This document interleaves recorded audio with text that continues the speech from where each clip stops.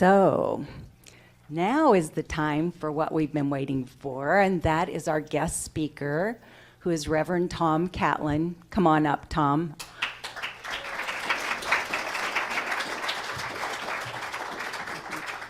Yes, so I'll introduce my dear friend, our dear friend, and wonderful spiritual leader in our community. He has been the minister for 24 years at Unity Church, and now is sometimes guest speaker, out doing woodworking, traveling with his beautiful and talented wife, Pam, and they are having lots of fun and showing us how to live the dream. So I really appreciate that about you, Tom. And Tom has given in our community in special ways. You know, he was on the board of Adult Center a long time ago when we were bringing some awareness to take care of our persons that were getting older, and now we're getting older. But anyway, I just think that Tom and Pam both, and I acknowledge you today, Reverend Tom, for what you have given in our community and continue to give. And we're so grateful you're here. And the quiet one over here doing high watch is my husband, Richard. So he holds the space of love for all of us while we have the service. But he was the one that said, we really need to get Tom here. Reverend Tom needs to speak here, and that we would love it. So thank you for being with us.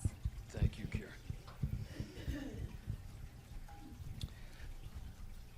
Well, it feels great to be here. There's a wonderful feeling here today. And I know some of you are quite familiar with Unity, and some of you perhaps not, but we are really have a very close kinship with the Centers for Spiritual Living and Science of Mind, and and we feel like we have so many friends here. This morning, Pam took a look at me before I was going to leave and come on over, and she said, "You know, we could iron those pants." And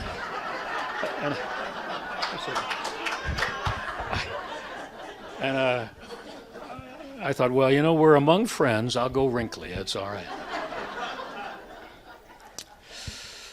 Anybody want to stretch?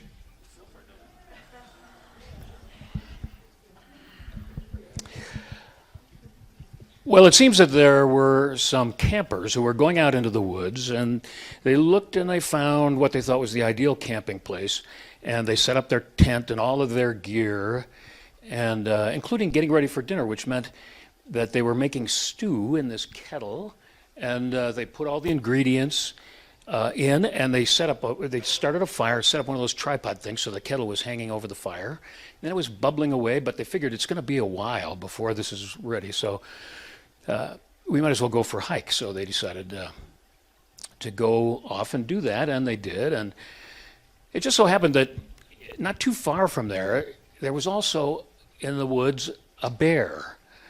And he was a hungry old bear, and he must have been downwind from the campsite because he could smell that stew cooking. And he followed his nose directly to that campsite, and he looked around. There were no people around, and he walked.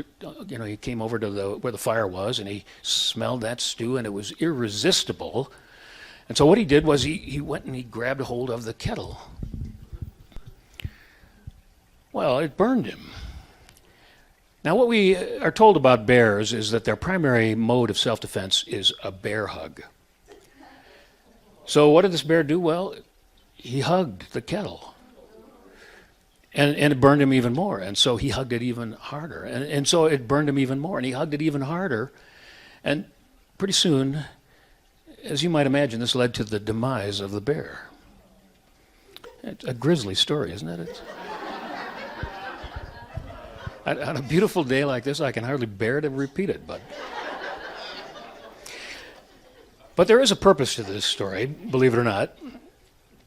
It was related by Emmett Fox, who was a wonderful New Thought teacher back in like the 30s, 40s, and 50s. And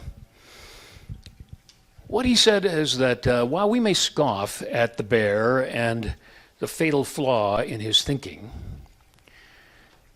how many of us have held on to something that is hurting us and doing us no earthly good, and yet, for some reason, we hang on tight?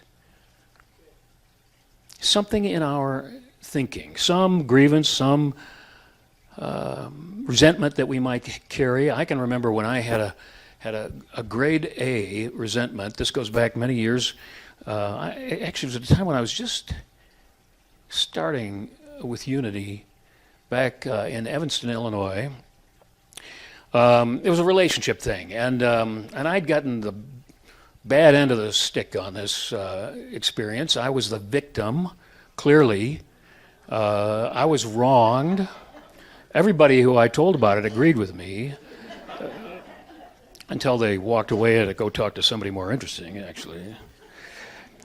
But it so happened, and I was a miserable son of a gun during that period of time. I was not good. Well, there just happened to be a workshop going on over at Unity, so I signed up for it and went. It was, this was back in the 80s, and we were doing workshops all the time. It was wonderful. But I went to this workshop, and among other things, what this leader said was, well, we're going to do an exercise if you're willing. If you've got something that, a hurt, something that is really impacted you, and you were wronged, what I'm going to suggest is that you write this down on a piece of paper. And he said, now, and I invite you to get into the feeling of it, and then we're going to do a meditation, and then I'm going to walk among you, and I'm going to give you the opportunity to hand to me that piece of paper. And if you do, I'm telling you that it will be as if it never happened.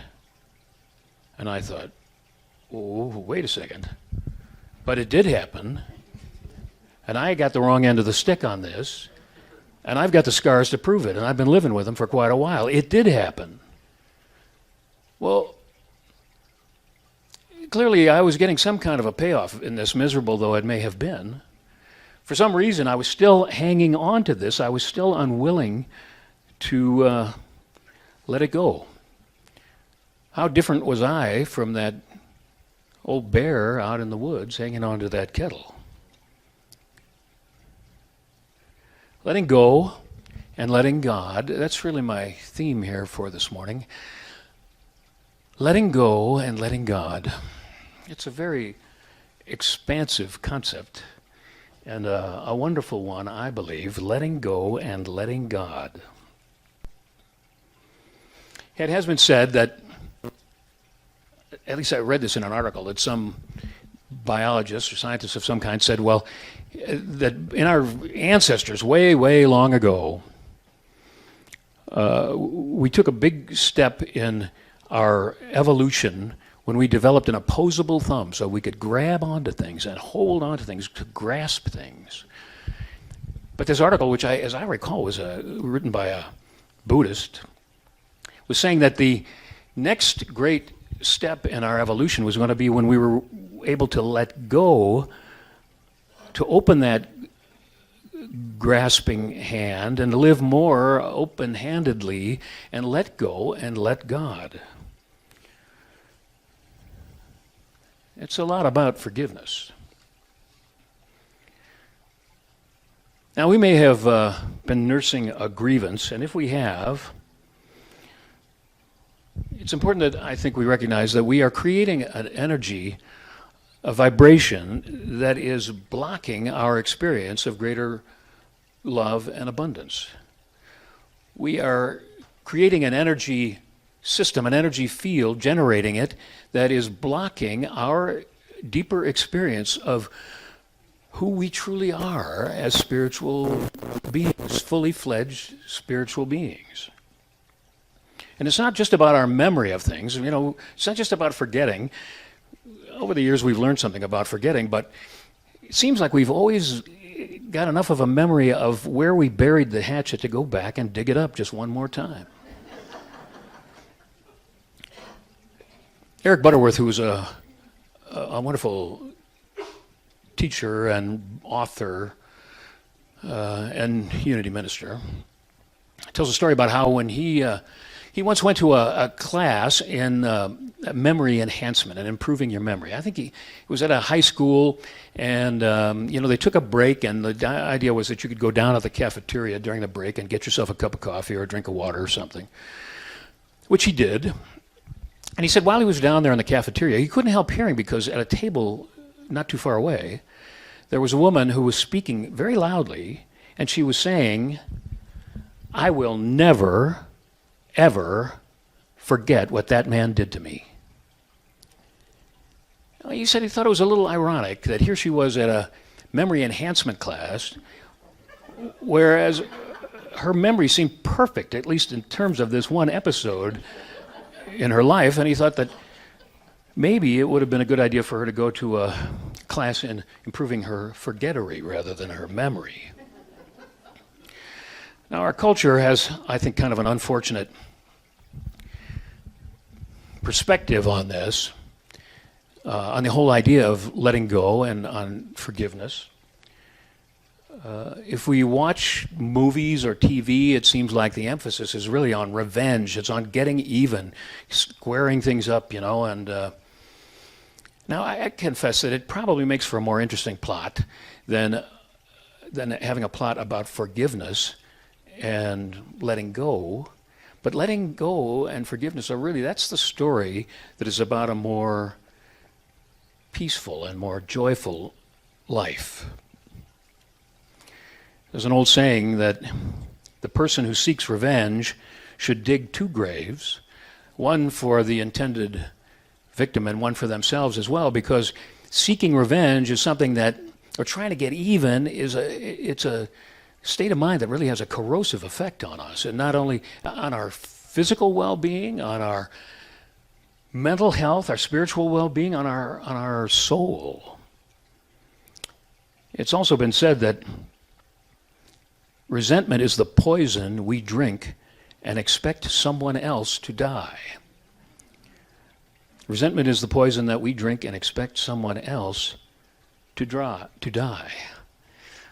Unfortunately, it seems like we have this perspective that to forgive and let go is to give something up. It is to lose something, to sacrifice something, maybe because the good book says that we ought to do that, but that in a sense we're letting someone off the hook, and it is a loss somehow on our part. But the truth of the matter is that who we're letting off the hook, which, by the way, strikes me as a terrible expression, but who we're letting off the hook is really ourselves when we are willing to do the work of letting go and forgiving. One thing is that when we are holding on to a resentment or a grievance, one of the things that we're doing is that we're giving up our own God-given capacity to choose. Such an important part of life, as we know in New Thought, that our ability to choose how we're going to think, how we're going to feel, who we're going to be. But sometimes it seems like we're very cavalier in giving up that power to someone else, maybe somebody we don't even know very well, but we're willing to let them decide for us how we're going to think and feel and who we're going to be, because we react and let them control rather than taking control ourselves over our own life experience. How important is all of this, letting go and forgiving? Well, it's my understanding that there is no religion and no spiritual tradition that does not refer to the idea of forgiveness and the importance of it. And we know that the master teacher Jesus was asked many times, he spoke many times about forgiveness. Once he was asked, how many times should I forgive? Should I forgive 7 times? And his response was 70 times 7. It's a big number. I mean, clearly, I think what he was saying was that we should refrain from unforgiveness, refrain from condemnation, and to the best of our ability, remain in a place of continual forgiveness. What is forgiveness? Well, we could talk a little bit about what it isn't, but we have a little to deal with in terms of time constraints, so I think we'll save that for another time. But let me just say this. What forgiveness isn't is that it is not condoning what happened, which may have been a despicable thing, but it's important, I think, for us to realize that this bad behavior was, no doubt, came out of either ignorance or fear, and what we're forgiving is really that spiritual being that is behind the persona, behind the behavior, not the behavior itself. Secondly, we don't need to reunite with the person just because we forgive them. Let them go. And thirdly, forgiveness doesn't require any involvement on the part of that person that we see as the offender. They don't even need to be on the same plane of existence. They don't have to be alive for us to do our forgiveness work. I remember somebody gave me a book once about forgiveness, and it included the idea that we were supposed to confront the person once we had gotten to a certain place of understanding. And I thought, oh, I don't think so. Have you ever gone to someone and said, I forgive you for all the rotten things that you did to me in the past? Somehow I don't think it's going to turn out quite the way we intend. In fact, the person is probably going to say something like, you forgive me? Because everybody's got their story. Everybody's got their story. The truth is that that person that we see having harmed us is ultimately a spiritual being, loved by God as we are. Ultimately, we are one in spirit.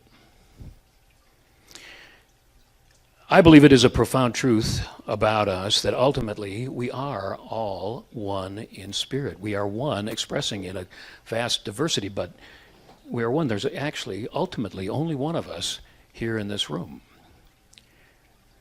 One way that I think about it is when we have a dream, maybe it's a stressful dream, maybe we're running through the woods, maybe there's something chasing us, a bear, for example, and we run into a juniper tree and it knocks us down to the ground and we wake up. Oh,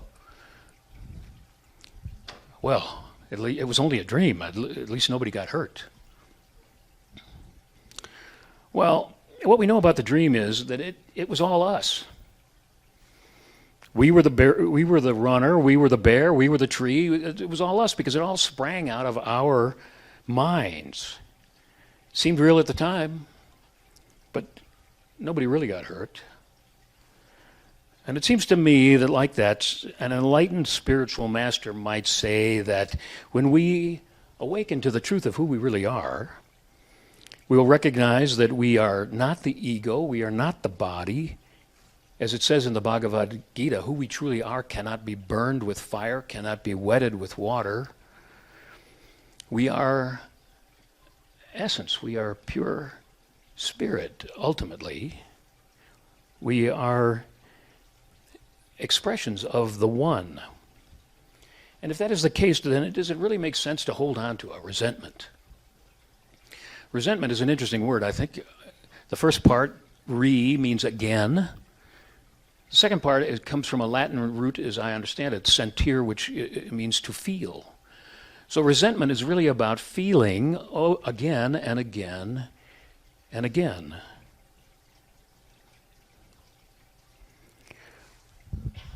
What does it mean to truly forgive? Well, a statement that I heard once upon a time and I really found as meaningful for me is that to truly forgive someone is to grant them safe passage through your mind. To truly forgive someone is to grant them safe passage through our mind. Now you might ask yourself, is there somebody who isn't particularly safe on their way through your mind? And if that is the case, then I have an affirmation for you. And this goes simply like this. I release you to your highest good and me to mine. I release you to your highest good and me to mine. So perhaps you'd like to join with me in affirming that together. I release you to your highest good and me to mine. Say that one more time. I release you to your highest good and me to mine. And so it is.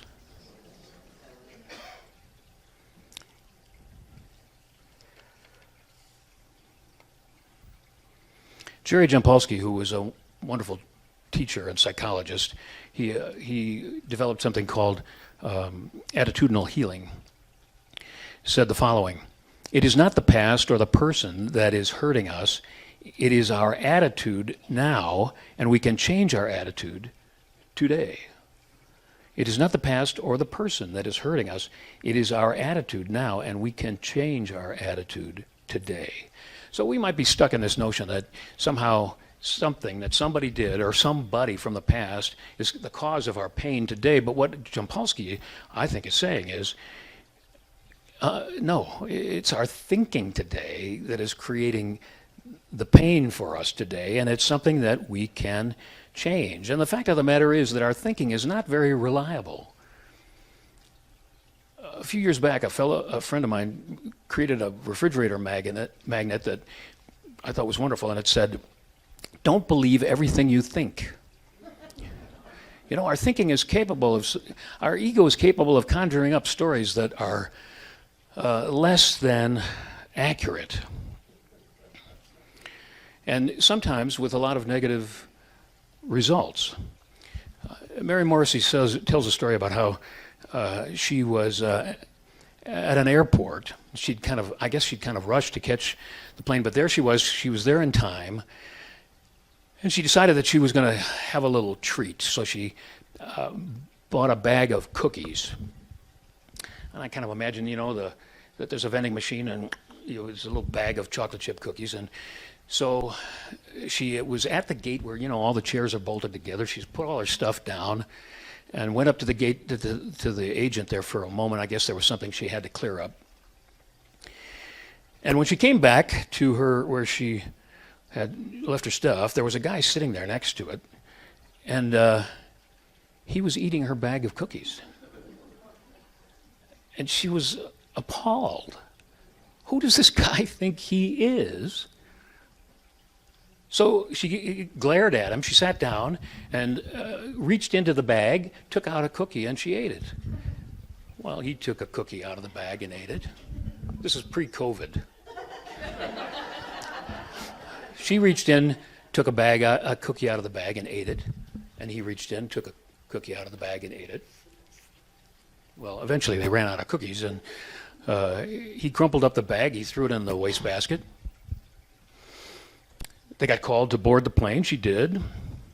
She had some stuff to put in the overhead. She buckled her seatbelt and sat down and relaxed for a moment, opened her purse, and there was her bag of cookies.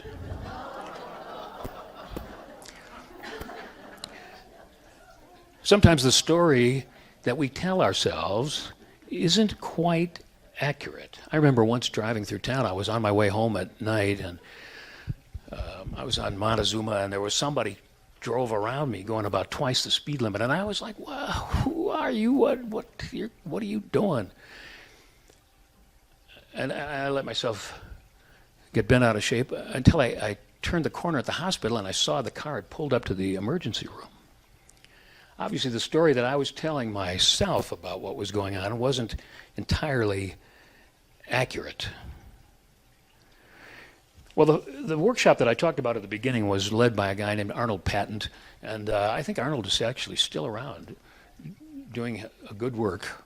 And what it came to me was that Arnold was taking an approach of having us look at our thinking and to open the door to the idea that maybe, just maybe, there was a different story. There was an alternate cause for what it was that we were holding on to, other than the story that we had told ourselves. Maybe, that's all he seemed to be looking for, was a maybe. And it worked for me. It just drove a little crack into my conviction that I was right, and it opened the door for a new perspective. And to me, that's really what a lot of letting go and forgiving has to do, is being willing to take a new perspective. For me, it really had to do with being aware of the fact that when this happened in my life, I was stuck. I was stuck in a place, a little backwater eddy. I guess I was hanging on to a tree stump or a root or something while the universe was calling me to something higher, something calling me out into the flow of life, and I was hanging on with white knuckles to some uncomfortable comfort zone that I was in, and apparently I wasn't able to just make the change by myself, so the universe, by drawing me closer, because I believe the universe is always drawing us higher, drawing us closer. And if we will just let go of what it is that we're hanging on to that is holding us back, then we can move more fully into that flow of life, that flow of love, of the fullness of spirit. And when we're refusing to let go, it's like sometimes the pressure builds up, but something has to happen to break the ice and make it possible. Maybe some of you have heard of the term of the spiritual 2x4 up side of the head, and some of you have maybe actually experienced it at some point in life, but something needed to happen in order for a change to take place.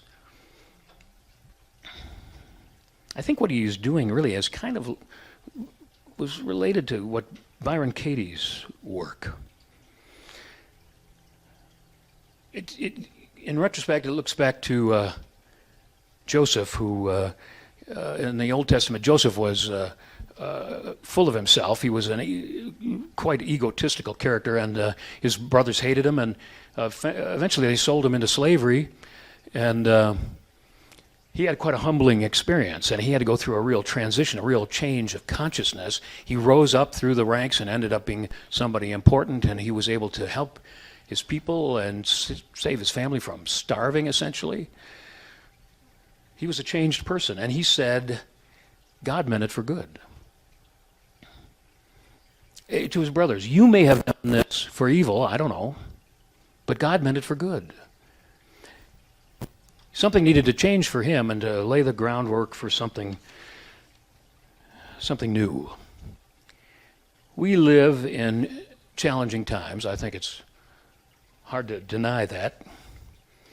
It seems like anger and even hatred are considered acceptable discourse these days.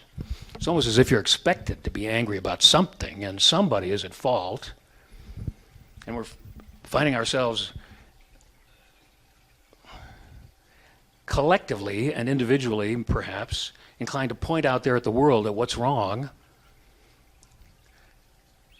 And it's not getting better right now. What is the pathway for us to move into something new? Well, I think it has to do with letting go. I think it has to do with maybe a revolution in thinking, a forgiveness revolution that enables us to stop looking out there at the world, at what we think is wrong and who stole our cookies, and instead being willing to open our minds and hearts to the presence, that presence of spirit that is the very truth of our being. I invite you to join with me in a moment of prayer. Let's take a breath and release it. Something about breathing is we have to let go of that breath. We have to let it go if we're going to live. If we're going to live fully, then letting go is a part of the process. If there is something that has been holding us back, something that we're holding on to that is keeping us from moving more fully into the flow of life, and perhaps there is someone who's connected with it in some way, I invite you to affirm silently while I affirm aloud, I release you to your highest good and me to mine. I release you to your highest good and me to mine. Spirit, we are grateful for your guidance. We are grateful for your presence, for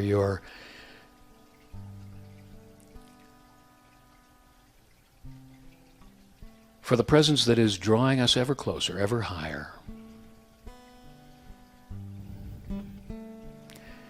We know that we can let go and let you move us in the direction of our greater good.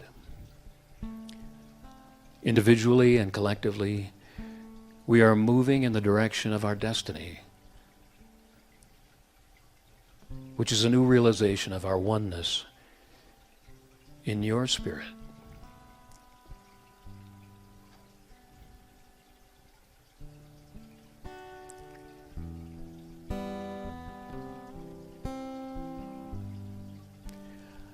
I let go and let God.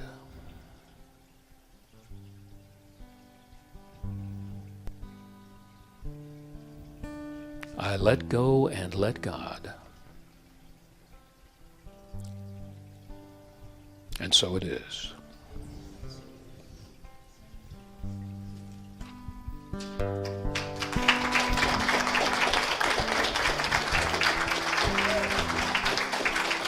You're